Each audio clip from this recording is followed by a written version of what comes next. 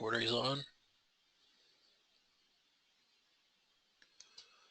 Welcome everybody. This is the Thursday evening Viper Trading webinar. If you are here to learn about trading the financial markets using the Viper tools, that's what we're here to discuss.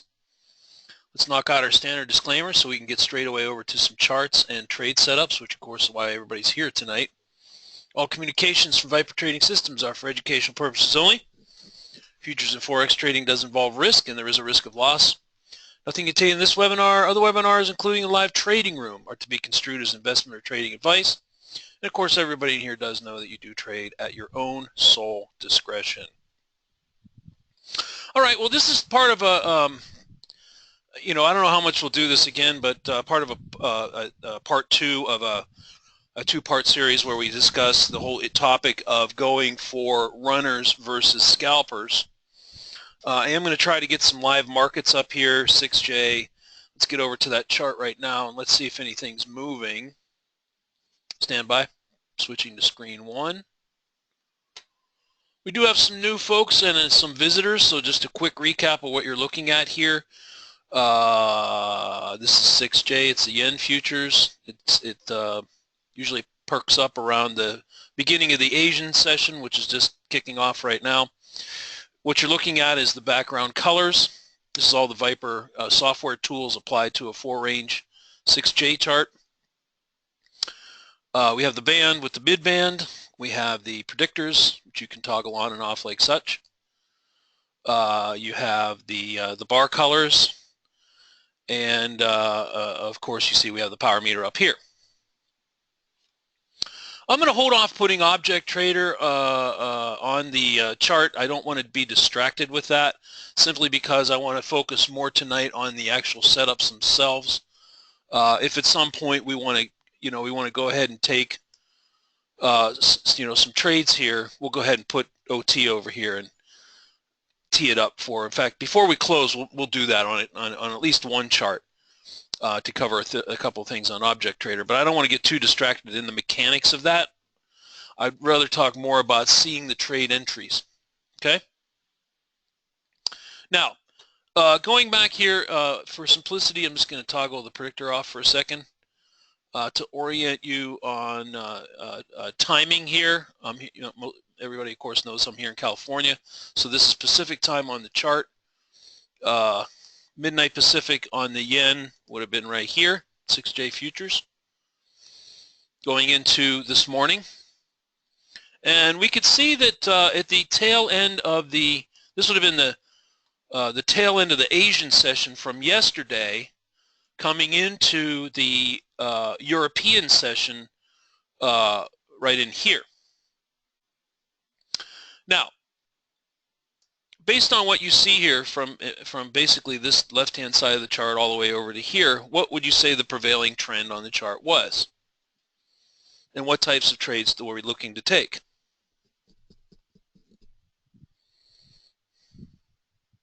I mean, does it look range-bound to you? Is there a trend going on here from here to over here? This is on 6J.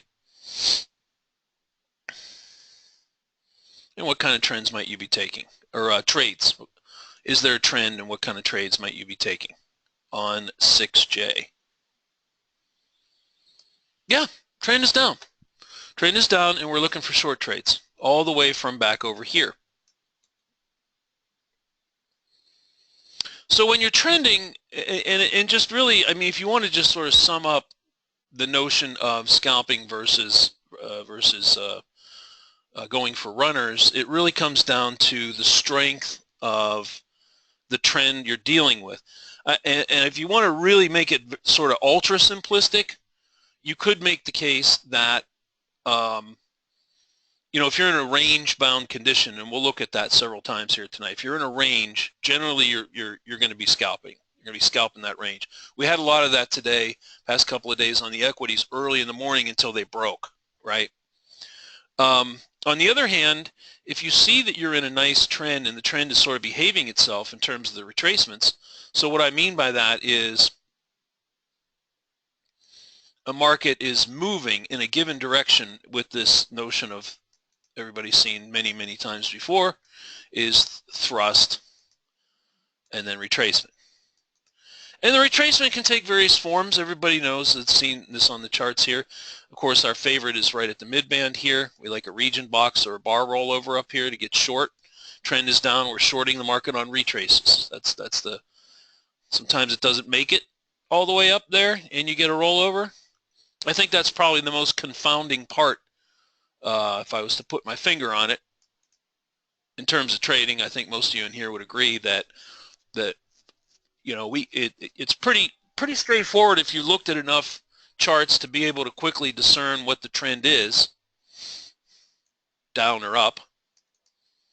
But the challenging part is that we can't ever really predict how far and how deep and where the retracement in the move is going to actually roll over. Would you say that's the most challenging part of trading trends? Determining exactly where to get in on a rollover. Here's another one. I mean, let's face it, some of the retracements are better than others. I mean, the ones that, like let me show you the ones that I really like, and I think some of you probably like as well, where you just come up. Let me blow this up a little bit. This would have been the end of the Asian session coming into the European session last night. So this is the end of last night coming into this morning, early morning European session. This would have been midnight, 1, 2, 3, 4, all the way up till 7 o'clock in the morning here. Equity markets in the States open right here, 6:30, just to give you some orientation.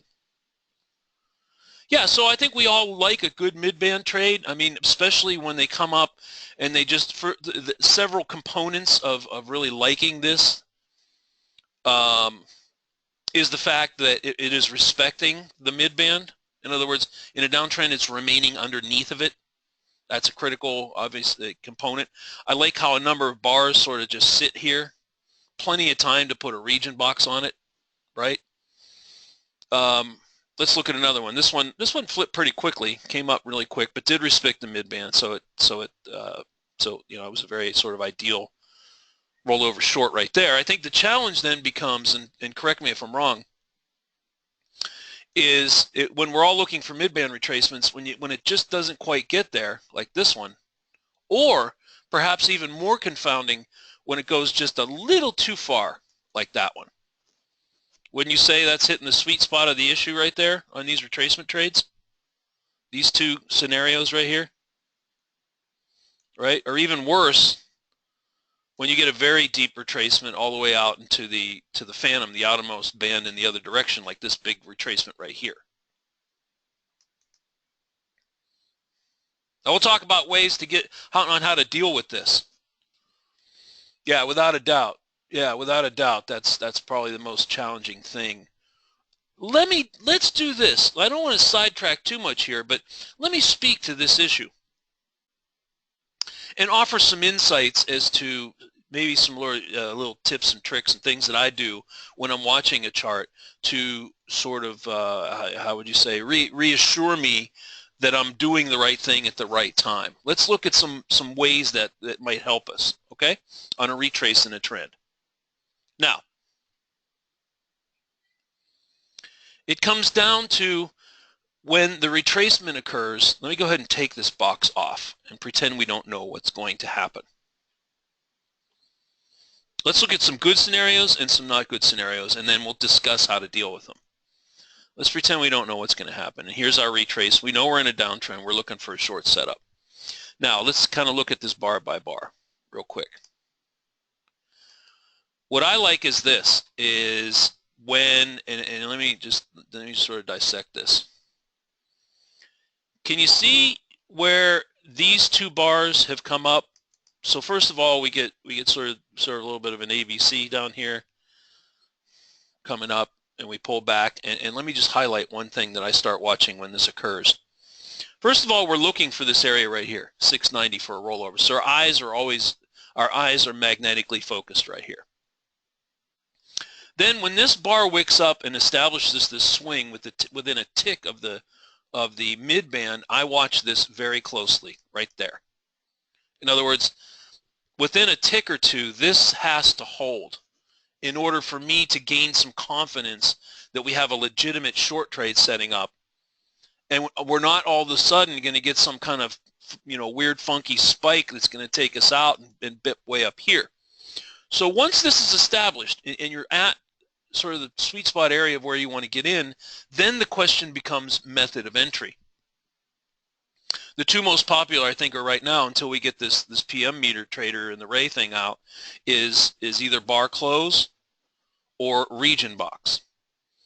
Now, if you draw the region box, the secondary thing I like to see, in addition to the establishment of a clear resistance area right here inside of this little box, see where the dashes are? That's actually a swing indicator we have in our package right there, that little dashes.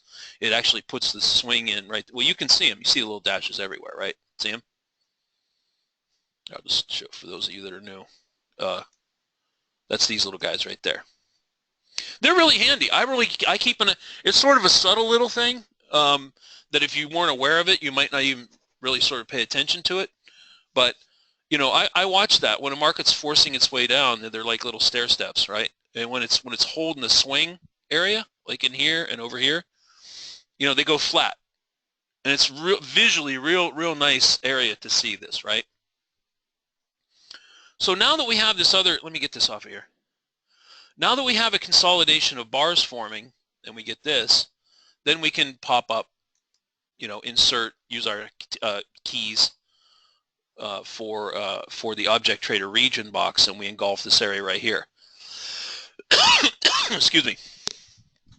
Now, and I've covered this before, and I'll do it live. We'll do it live before we close out on something that's moving. When you're in here in this area, establishing this resistance area, the entry will depend on what you turn on and when you turn it on, right? Let's look at an example. Let's say, for instance, these bars are forming right here, and you go ahead and say, you know what, I'm going to short a rollover on a bar close. If a bar closes down off of this swing, I want to be short. So in that scenario, you would be filled up probably on this bar right here. When that bar closed down, you were short right here. Now, the advantage of a bar closed down is that sometimes in relation to a region box trade, now depending on how you drew the box, you would have been short on probably the close of this bar, but it might have been the next one, depending on how quickly this is moving and where the box was drawn. But even the later region box trader is short from either here or perhaps as late as this bar here. I mean, there are other ways to get in. You can put limit orders at the mid-band and let them get filled when it wicks up and rolls in shorts. That's the tightest. Or if you were lucky enough to be present when this was occurring and focused on it, and you had OT up here, you could have hit market short as this bar was forming right here. So from an entry point of view, in terms of this short, no question that this was a much better entry because you're in way up here, far superior to these two entries right here. In fact, you could go so far as to say is that on this short here, by the time it got down to the close of these bars, this trader on the bar close is already scalping out the first contract. So when we're in a trend like this, we want to try to at least put 2-lot on. 2-lot allows us to try to get that scalper for 5 to 10 ticks. We peel one off, and then we can always have one runner. The runner, generally speaking, unless it's a choppy market and you're scalping all morning, generally speaking, in moving markets, the runner is where you're going to make, obviously, the most money because it's going a lot more than 5 or 10 ticks in an ideal scenario, right? So what I'm saying, just to be clear and not mince words about it, in trends, or when a market is strongly trending up or down, that's generally when we're looking for running trades. And you got to have at least 2 contracts on to do it. You can do it with 1.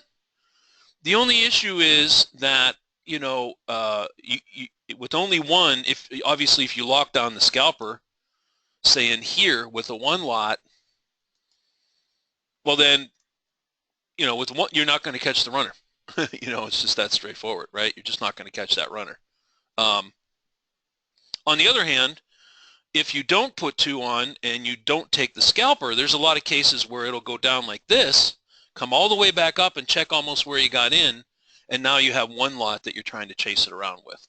In other words, you weren't able to take advantage of that scalp trade to peel some money off and then go ahead and take your the stop on the second contract, which is sitting up here, say 10 or 12 ticks above the entry, depending on your fill. Ideally, once we peel the scalper off, then our second stop on that contract is right here until we start trailing it. And then we trail the stop, trail to stop, and then you probably got taken out somewhere down here on the second lot. Is everybody comfortable taking two lot? I mean, does everybody have at least enough capital, trading capital in your trading accounts to be able to put two lot on? Everybody pretty comfortable with that idea?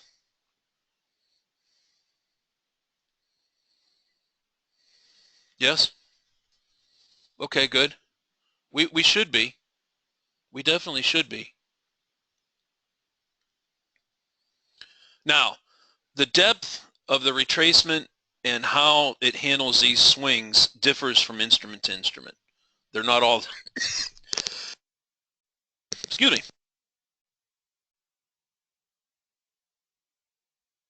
Let's look at another retracement, and then I want to get on to a different instrument. Let's look at this one right here. Okay, I'm going to ask a question. And hopefully alleviate any fear in retracements that don't quite get to the midband.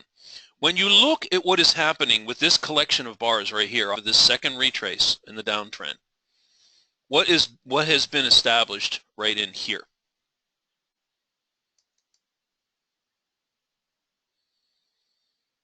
The swing, the same swing that was over here, right?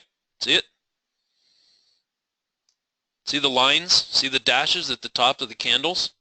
This is what you're looking for. This is what you're looking for. When these dashes show up and they're all in the same line like this, they're flat and horizontal, what is this telling you? When you saw it here, and then you saw it over here, and now you're seeing it right here. What are those dashes telling you? Some of you might not even really be paying attention to them. I know I do. What is that telling you? When you see dashes like this all at the same place at the tops of these candles, what is that telling you? Well, I'll tell you what it tells me. Yeah, strong resistance. For now, this market is not going any higher. In other words, at some point we have to accept the fact that the market won't get to the midband.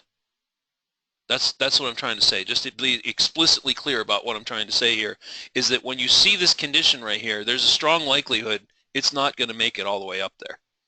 Okay, it's not going to get you to the midband where you want to be. So you have to deal with that if you want to take the trade. Now, this is going to alleviate some fear.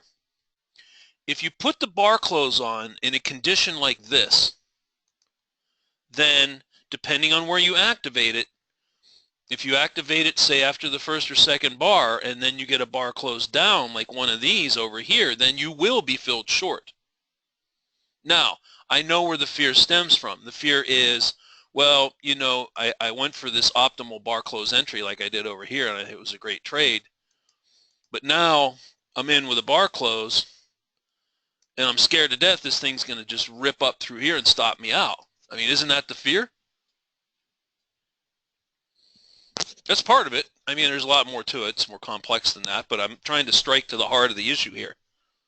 You're afraid you're going to get filled short and the thing's going to flip on you and go stop you out, right? Yeah. Well, in this case here, clearly a region box is a better selection because if it doesn't close outside your box, you're never filled short. You're never filled short. There's lots of cases where this happens. You put the box on here, it never breaks, and then it goes ahead and runs and just runs all the way back up, but you don't worry about it because you're not in it because it never closed. Hold on a second, please.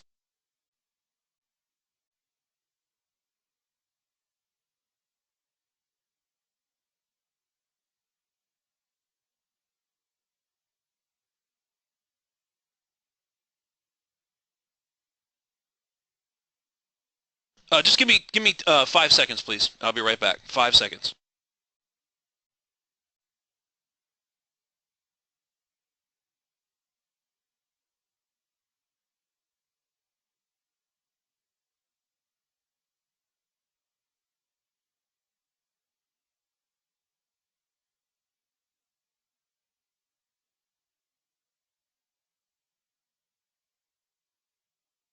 Okay, sorry about that. Sorry. Time's up. Sorry about that. I thought I had my something came up there. I had to take care of real quick. My apologies on that. Anyway, back to what I was saying. Okay, so you can see that it's a combination of things. It is a combination of things where we have to be attuned to what is happening on the retracement itself.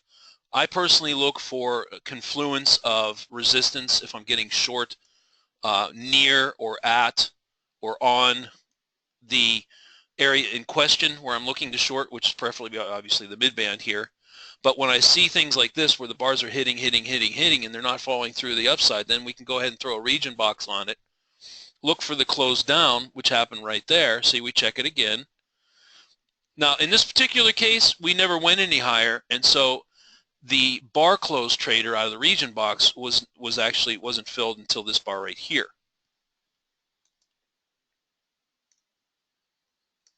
Right? No matter how you slice it, it really is a preference of risk, you know, how aggressive you want to be on your entry. Clearly, the bar close outside the region box will always be a lower or higher fill than the bar close if you're doing it right at a resistance or support level. It's just, that's the way it just works. Everybody, if you've used Object Trader, you know exactly what I'm talking about in here, right?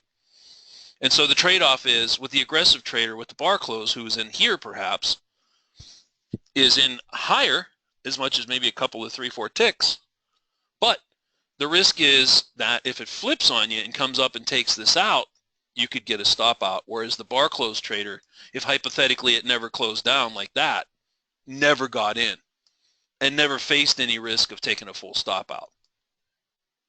What I would suggest for everybody here tonight and everybody listening on the recording of this thing is to experiment with this on the instruments you like to trade and the time frames you trade them, and develop some expertise around this. Because I think it's fair to say that having a good quality entry is critical to your success. Hey, listen, you know what I'm going to do? I see 6J retracing.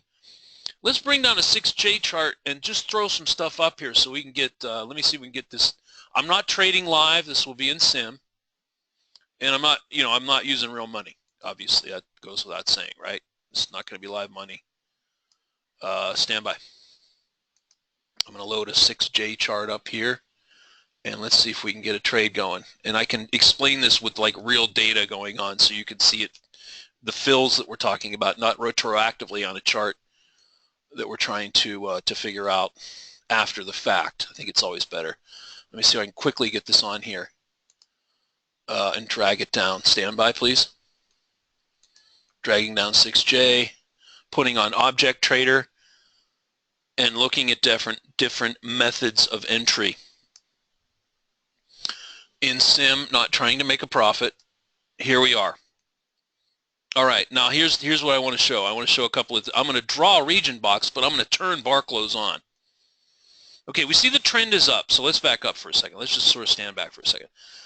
So we're going to go ahead and turn bar close on in sim. We're going to enable long only, right? Let's just put one lot on. Let's just put one lot on with a 10-tick target, all right? Just to have something to look at. And I'm going to draw a region box. Now, in this particular case, I'm going to show something here, and I'm going to show it this way. I'm going to show ideally what we want to do. I know most of you are saying, well, Charles, why don't you wait till the thing gets down into here and look for a bounce? This is speaking to this whole issue, directly to this issue, which is you could clearly see and make the case that there is a little bit of a shelf forming kind of right in here, and it might very well hold as support. So in other words, this thing might close up and go back up here and take it out. Everybody see this? Everybody watching the 6J chart? See the bar? It's not moving very much. It's just the open of the Asian session, so it's not really doing too much just yet. But at least I can get something on here to show you with real-time data. Excuse me. Checking. Cursor. Everybody see my cursor moving? Everybody awake out there? Hello? Is this thing on? Is this thing on? Anybody out there? Yes? Okay. All right. Hey, Roger, I didn't see you come in. Hey, Mary. Just messing with you guys. Yeah, okay. So now, I want to show. I'm going to sort of contrast these two so you can see some different scenarios as they play out if we get any movement at all. In the case where you would draw a region box like such, now that should fill. Okay, all right. I'm going to draw two region boxes.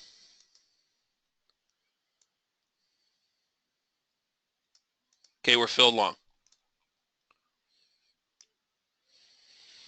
In this particular case, the way that these bars are configured, if you had drawn a region box or a bar close in the way this is configured and how you draw it, see, for instance, if you drew it like this, then it would take another bar closing up like this to get in. In other words, if you just want to let it sit here for a while and figure out what it's going to do, you would draw the box slightly larger like this.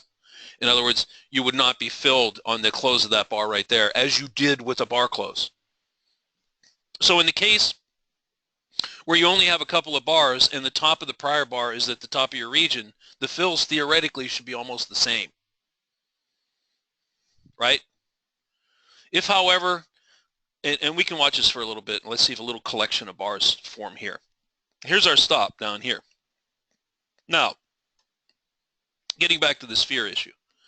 The fear that you would be feeling right now if you had this in real money, and we don't, of course, but if you did, it would be that now I'm filled on the bar close. That's cool. I want it to go up. I see that my target is just within that swing, so I'm fading a little bit. That's cool. But what if it rolls down and comes all the way down to here? And ironically, it could come down to where the mid-band is and bounce and stop me out right where I wanted to get in the first place.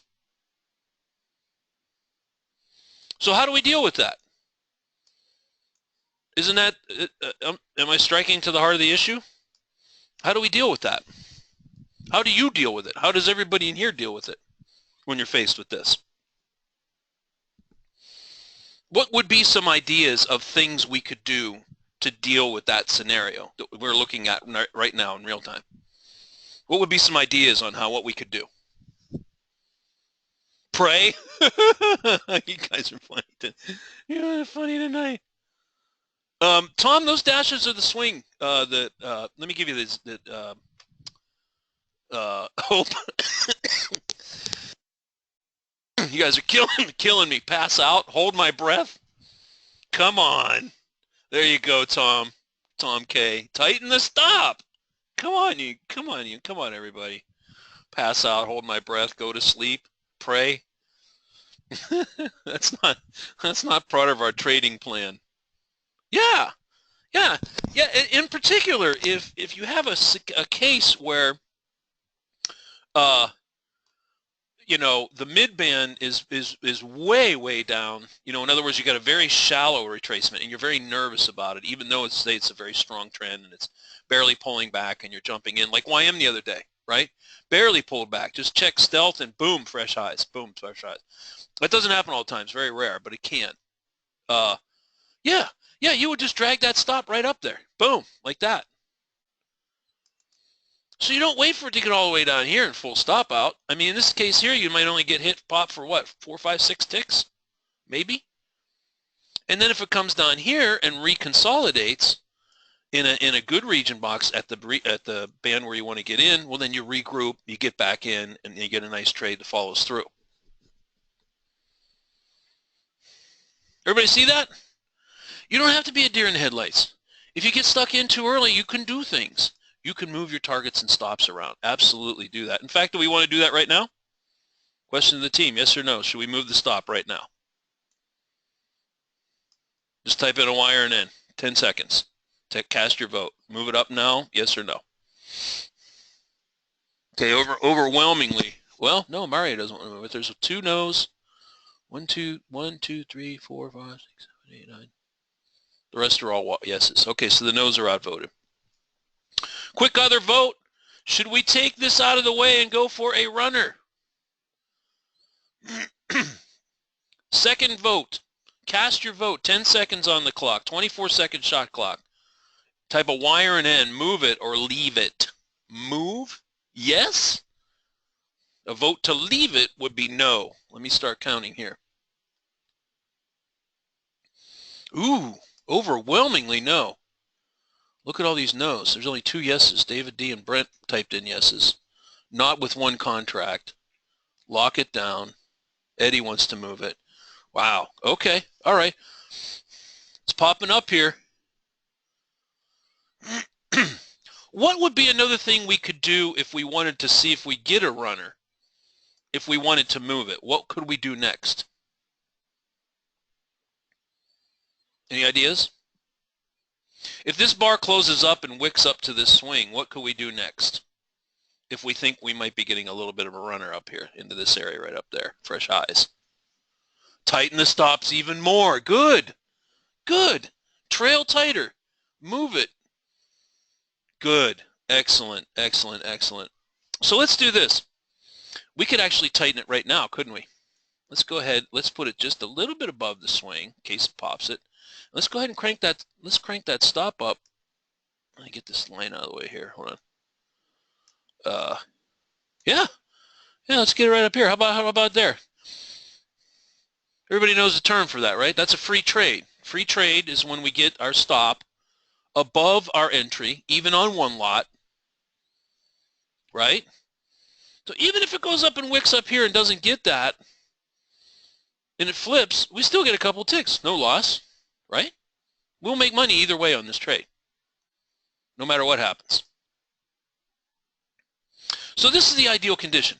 What I'm trying to do in here is address different conditions that you might be faced with when you're trading, and then dynamically you have to sort of be able to adjust on the fly in terms of your thinking. And in the quiver of your thinking about adjusting to market conditions is, should I be moving my targets and moving my stops? Should I leave them where they're at? Am I at risk of taking a loss? How can I lock my profit down? How can I trade a one lot and assure that I try to maximize the profit on it without just scalping it every time and getting 6 ticks or 7 or 8 ticks, and then I miss the 40 tick runner that everybody seems to get? These are some things that you can do to do that. A market has to be moving for you to do it. Now, if we were in a tight range and it's just stuck there all day long, then it's tough to do this, because it's like NASDAQ. I'll pull down and we'll look at a NASDAQ chart. This morning from 6:30 to 8 o'clock, it just whipped around in that range, right? Just whipping around in that silly range. Whipping around. And it was brutal. And then the thing flipped and tanked like 80 ticks. But in that scenario, and we'll look at that chart before we wrap up here. Yeah, but in that scenario, you had to scalp. I mean, we called it live in the room. We took some of those trades. You have to scalp it, because until it breaks, you're just stuck with what unless you don't want to trade it at all. I know some traders did trade that at all, just avoided the whole thing.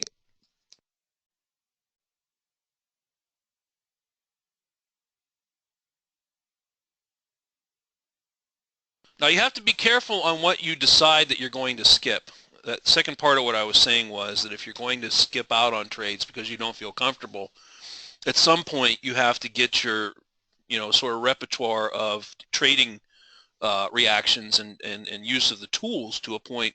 I mean, you can't be so exclusionary that you say, I will only take a trade exactly at the mid-band in a perfect trend, and I get the perfect region box that I'm looking for. Because if you said that, you could go entire days or days and days and not get the exact thing you want. Right? On the other hand, if you say to yourself, well, you know what? I realize the market is dynamic. It's a fluid situation. Sometimes markets, I have to realize that sometimes these markets are going to come, right to where I want them to come. And they're going to behave very nicely, and I'm going to be able to use my tools, and I'll get in, and I'll make, good profit on the trade. On the other hand, sometimes it won't get there. And I have to be prepared to deal with that, or sometimes it goes a little further. So here's what we're going to do. I'm going to hide Object Trader, and we'll leave this tucked in the corner over here, right to the side, so we can look at some other stuff, because I don't want to spend the whole rest of the webinar here staring at 6J going a tick up and a tick down, which is kind of what it's doing right now. Hold on a second. Let's get it tucked over in the corner here.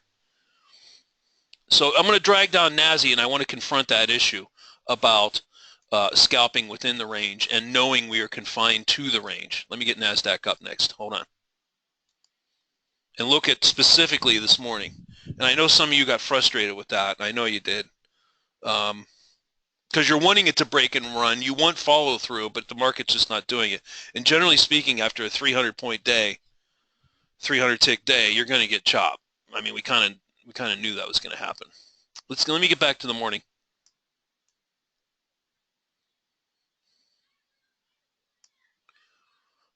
Okay, here's the way I'm going to tee this up for this discussion.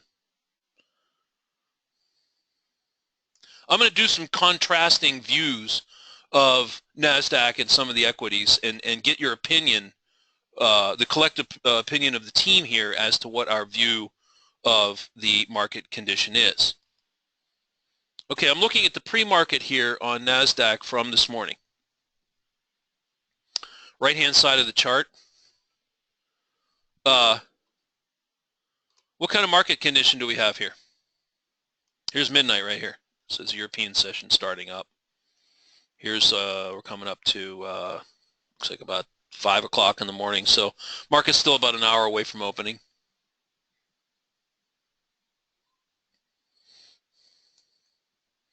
What's our assessment of the pre-market condition here?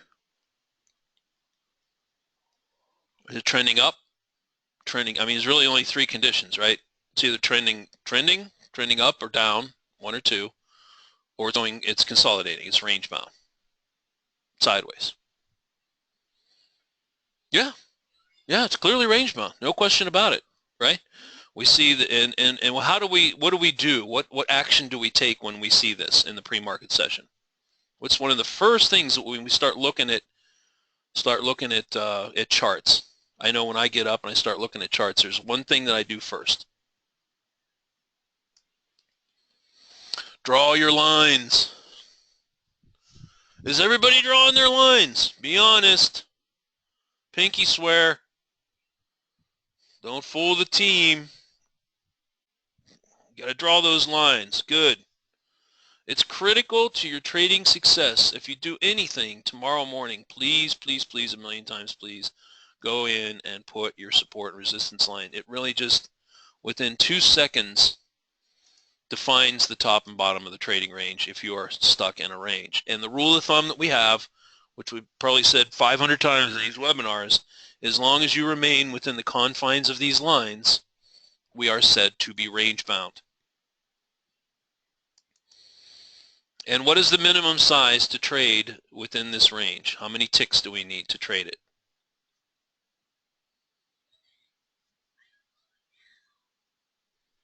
At least 20 or 25. Good.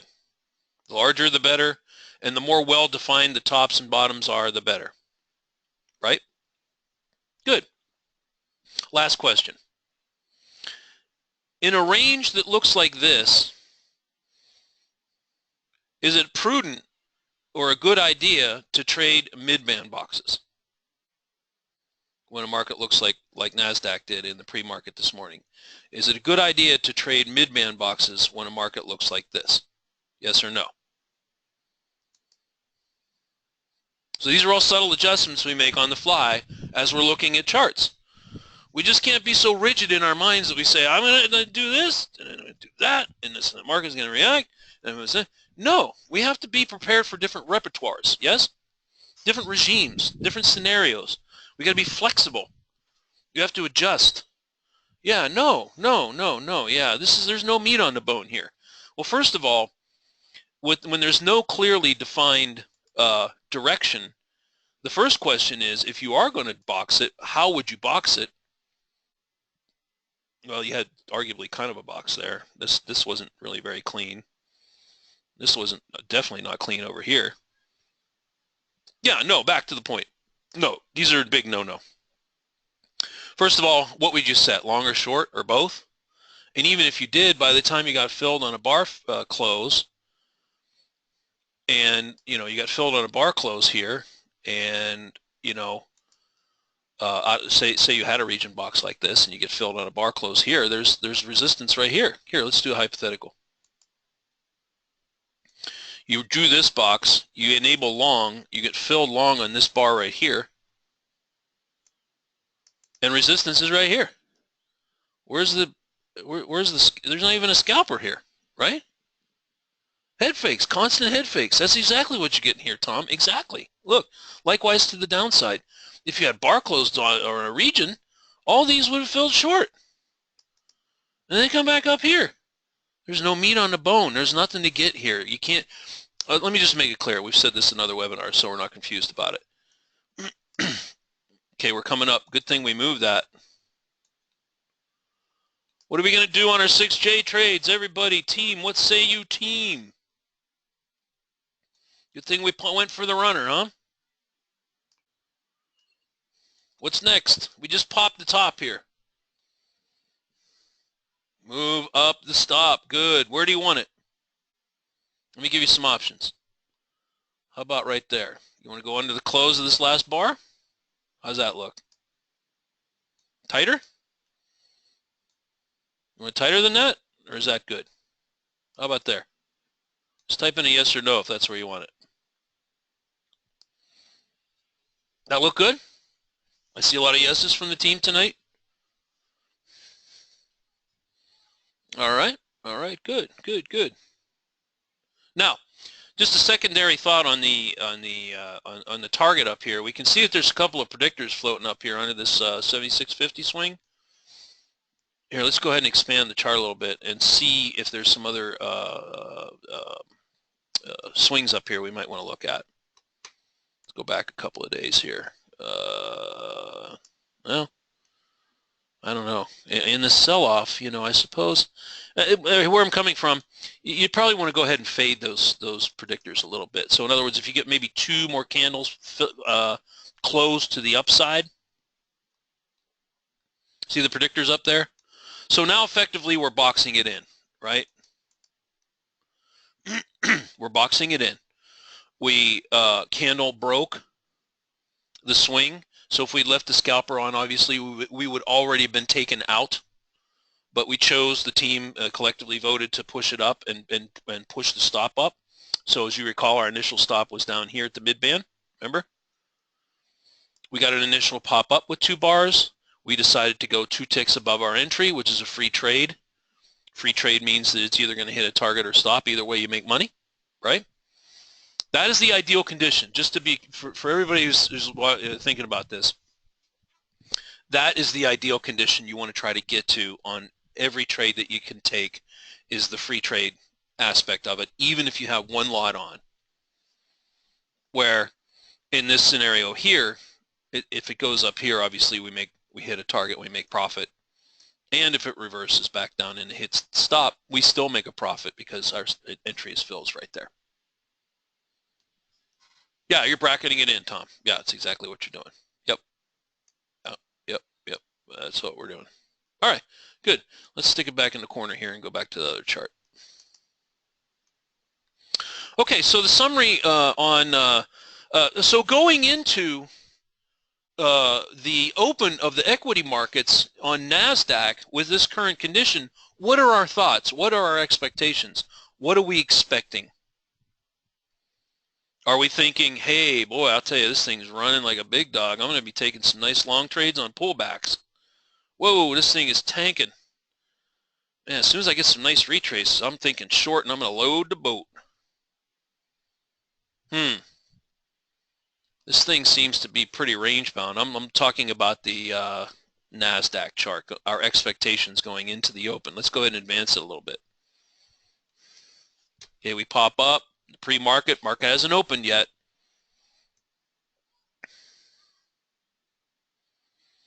And this is the frustrating part here too, isn't it? You know, when it goes outside of the range by a little bit and you think there's going to be follow through and there isn't. Here you think it's going to rip, pull back, hold the mid-band right at the open, rips right through it, doesn't even stop there, comes up, looks like it's going to roll. I think we might have caught a short here. I can't remember. This is only a couple of 3 minutes into the market open. I think we did get a short there. Breaks that support. You think it's going to tank, comes back up, and what happens? Stuck in that stupid range again, aren't you? Yeah, you can wait for a break. Listen, and I've said this before, It takes all kinds of traders and markets to make traders and algorithms around the world to make a market, right? And everybody's different. Not everybody's the same. It's all different. I trade different than everybody here tonight. I trade different, little subtly different than Gary. Gary trades different than me. Gary has his own style. We all have our own styles, right? And some of it's from what we learn, some of it's how we adapt, and some of it's how we use the tools. And what I'm saying is this, is that if you see something like this and you're not comfortable trading it because you're not good at trading ranges, you can do one of two things. The first obvious thing is you can elect to stand down and just say, I'm going to wait till this thing, you know, breaks out or takes off. Well, I'm going to wait till it does something, and then I don't care if I have to sit on my hands all morning, I'm not going to trade it. That's perfectly okay. I don't know if you noticed in the room past couple of days, we had many traders. Okay, back over here to 6J. If this bar closes up, you think we want to push this up a little closer to the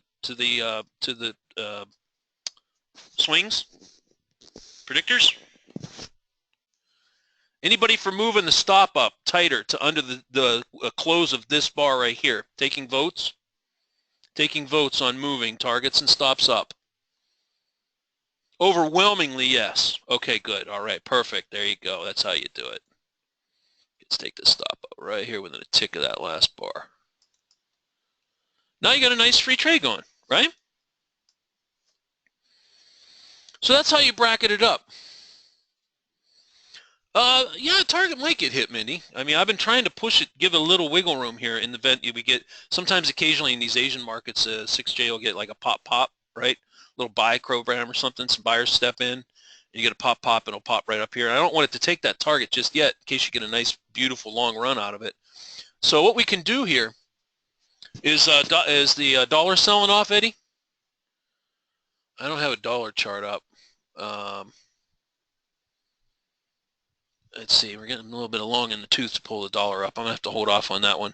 Yeah, normally, just by the way, most of you know, of course, this isn't always the case, but if 6E is moving up, generally 6B and 6S and the other equity or currencies are moving up. And generally speaking, the dollar would be selling off. You know, tell you what, let me see if I can get a quick dollar chart up here. Since Eddie called that one out, let's pull up the dollar. Dollar is DX. It's a March contract, just like all the currencies. And it generally moves in an opposite direction to the other. It's just a reflection of the U.S. dollar cross pairs with the euro, etc. Yeah, you're right. It is selling off a little bit. It's not down to its bottom. Let me drag it down here so you can take a look at the dollar index. Here's the dollar. Kind of mirror image of 6J. Spiked up here, looks like about late morning into the equity market close. You had a little spike up on the dollar, came down, kind of rested, you know, sat on the midband here for, looks like, geez, about a half an hour, trying to decide which way it was going to go. And if you had boxed it in, obviously you would have been filled short on that bar right there, and you'd already be in it. So that's the other thing for those of you that are somewhat new to the team here. You know you're chasing a trade when you look back on a chart and you see where the trade has already, because sometimes people have asked me, well, how do you know, when you're looking at a market, how do you know you're in the thrust part of a move, and how do you know if you're in the retrace part of the move? How do you know that in real time? Well, let me say it this way. If you can look at a chart like this one right here, you look back in time and you say, wow, look, there was a beautiful region box at the midband that you could have taken either long or short, right, at the time. And you can clearly see that you would have been filled short over here. You can even just kind of put a little region box on there if you want. And if the bars are still continuing to move down in the favor of the trade, anybody want to go up another bar? Yes? Keep moving up? It's turning into be a decent little trade, huh?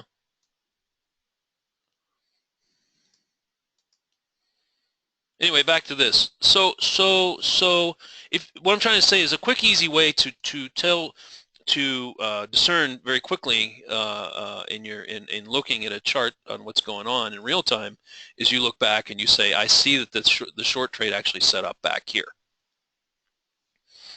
right? The short trade actually set up at this region box.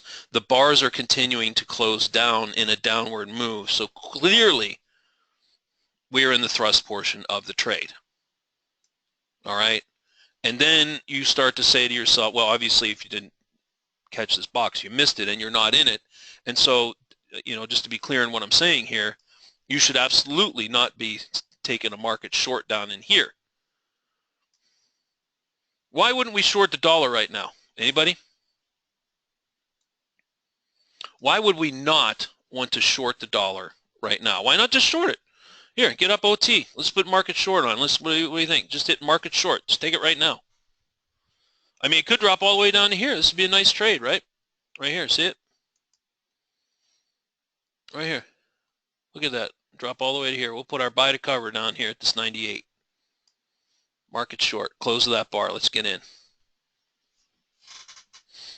Short loaded up, says David D. Tom says, you got to wait for the retracement. Good, good, good. Perfect. That's right, Walter, Mindy, everybody. So what should happen, since we missed the short up here at the mid-band, it's okay. You know, it might continue to drop. And we would miss that. And that's perfectly okay. We have to come to accept that we're not going to get every trade. You're just not physically possible to catch every single trade for various reasons. But now we have to go in and say to ourselves, where might we get in? Okay, we're getting a pullback on 6J. Our stop's pretty tight. I mean, if you want me to pull it to under the close of that bar, I could, or leave it where it's at. Quick 10-second vote on the leave it here or move it down under this bar right here on the 6J stop. Move it or leave it. M or L. M or L. M is move. 2 ticks down under here. L is just leave it where it is. Ooh, overwhelmingly vote of leave it. Leave it to Beaver, huh? Okay. All right, we'll leave it. Okay, so yeah, back over to here then on the dollar. Yeah. So we would have to come in here, and here's what I think most of us do. Here's what I do. I know Gary does the same thing. You step back in, and you start looking at the chart, and you start saying to yourself, okay, well, you know, I'm going to drag this target down too, by the way. Let's go ahead and get this down real tight. Whoa, whoa, whoa, whoa, whoa, almost got it right there. Whoa. Almost nabbed me there. Yeah, there we go. Let's lock it in like that. Yeah, so then you step back in if this is an market you're interested in, and you missed the thrust part of it. We have to step back in and say, okay, now if it comes back up into here, which would constitute a lower high if the trend is going to continue down, then I would look to short a rollover up in this area. And so when you're here in the room, there we go. We just got stopped out. Everybody like that trade? That was a good little trade, huh? That 6J? Didn't make too much, but it worked out. Didn't lose money. Put a little coin in the pocket. That's how you do it, though, right? That's how you do it.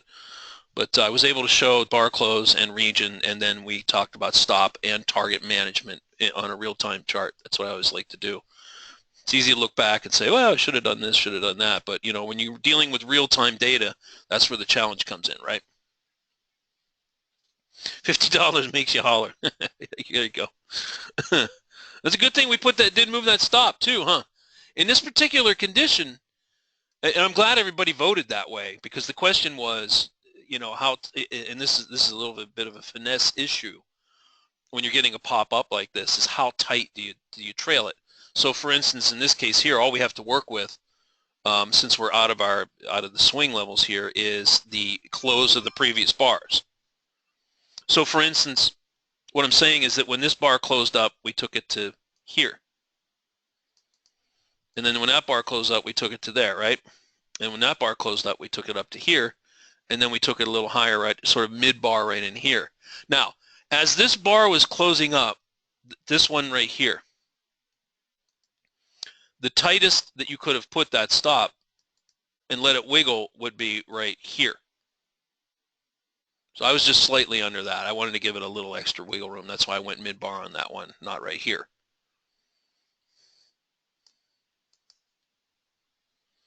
So just back to this question here on 6J, in the condition this is in right now, I know we all agree we're buying support, no questions. Green background, stair-stepping up, so it's a long sort of mini trend.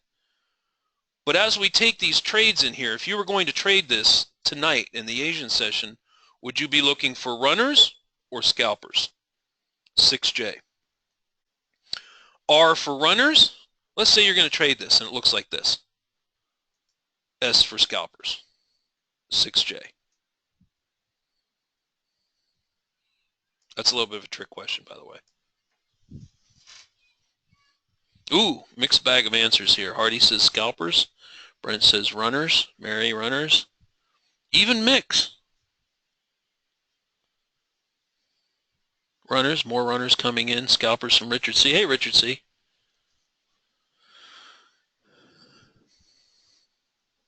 So here's the thing.